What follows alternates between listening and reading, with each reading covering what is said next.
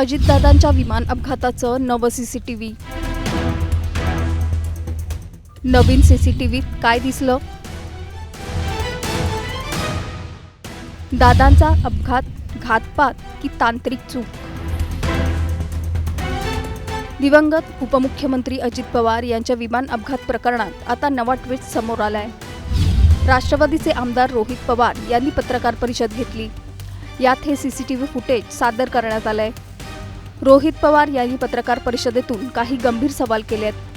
त्याचसोबत या नव्या सीसीटीव्ही व्हिडिओच्या आधारे सखोल चौकशी करण्याची सुद्धा मागणी केली आहे. विमान अपघाताच्या नव्या सीसीटीव्हीत नेमकं काय आहे? रोहित पवारांनी पत्रकार परिषदेत कुठले तांत्रिक मुद्दे उपस्थित केलेत? दाट धुक्याने अजितदादांचा घात केला का? या सर्व प्रश्नांची उत्तरं या व्हिडिओच्या माध्यमातून आपण जाणून घेऊया. त्यासाठी हा व्हिडिओ शेवटपर्यंत पाहत राहा आणि टाइम्स नाऊ मराठीला लाईक, फॉलो आणि सबस्क्राईब करा.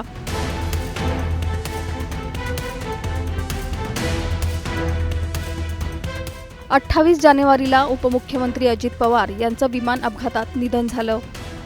अजित पवारांच्या अशा अकाली एक्झिटने महाराष्ट्र हादरून गेला. अजूनही महाराष्ट्र या धक्क्यातून सावरू शकलेला नाही.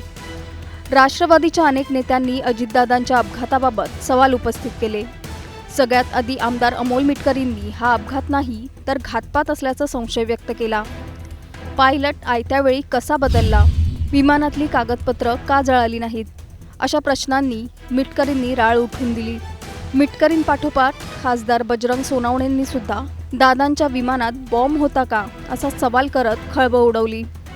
त्यामुळे अजित पवारांसोबत खरंच घातपात झालाय का असा सवाल सातत्याने विचारला जातोय.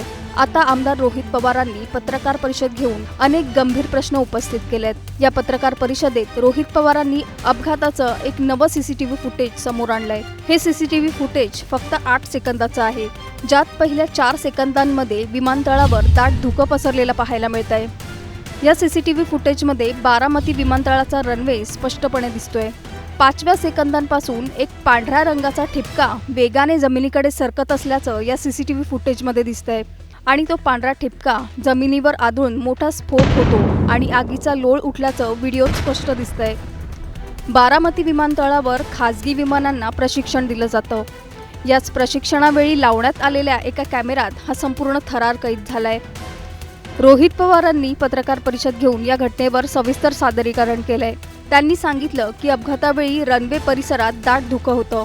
व्हिजिबिलिटी कमी असतानाही लँडिंगचा निर्णय का घेण्यात आला असा सवाल त्यांनी उपस्थित केलाय. रोहित पवार यांनी आणखी एक मुद्दा उपस्थित केलाय, तो म्हणजे रनवेजवळ एक रेषेसारखी गोष्ट दिसते. त्यानंतर स्फोट झाल्यासारखी दृश्य आहेत. ती रेषा नेमकी काय आहे? आग होती का इंधन गळती? याची चौकशी होणं गरजेचं असल्याचं त्यांनी म्हटलंय. रोहित पवारांनी या संपूर्ण प्रकरणात तांत्रिक निष्काळजीपणा झाला असल्याची शक्यता नाकारता येत नाही असंही नमूद केलंय.